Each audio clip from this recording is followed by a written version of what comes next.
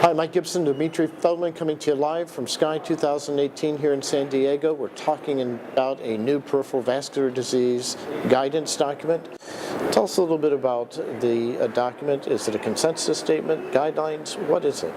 It's a little bit of both. We put a very comprehensive writing committee of 12 people looking at the data as it relates specifically to the femoral popliteal arterial intervention. So the criticisms have been that we have very little data but a lot of devices in the peripheral arterial interventions.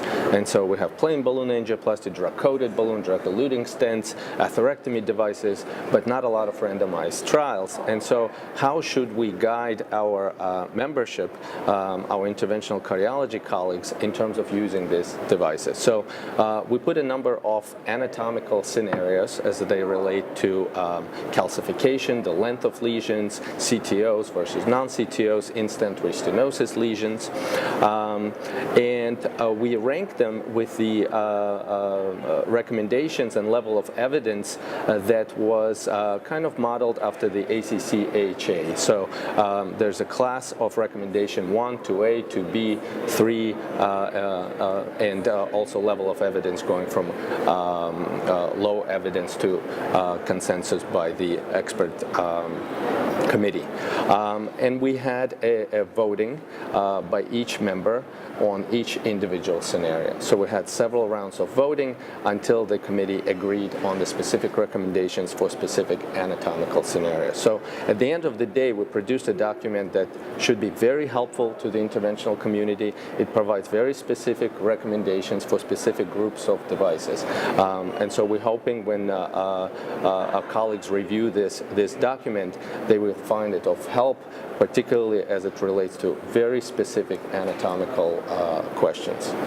And is it downloadable on an app, or do they have to use a computer to look at this?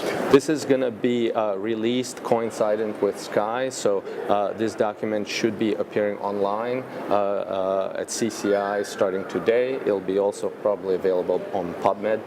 Great.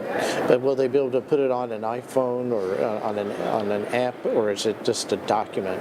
At this point, it is just a document, a guideline document, but what it does have is a number of color-coded That's nice. Yeah. Figures, both in print and online, that they'll be that our physicians, our colleagues, will be able to use as they look specifically at certain devices and certain data.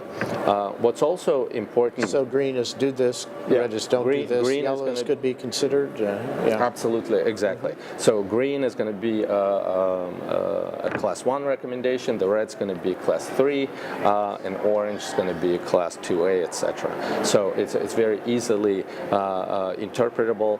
What's also different in this document compared to prior, for instance, SCAI-TV guideline documents, not only did we look at the efficacy and safety of different devices, we also put the cost into the equation. Wow, that's good. Okay, because we have some devices for which we have very limited data, but some of these devices have 3 to 5-fold greater cost.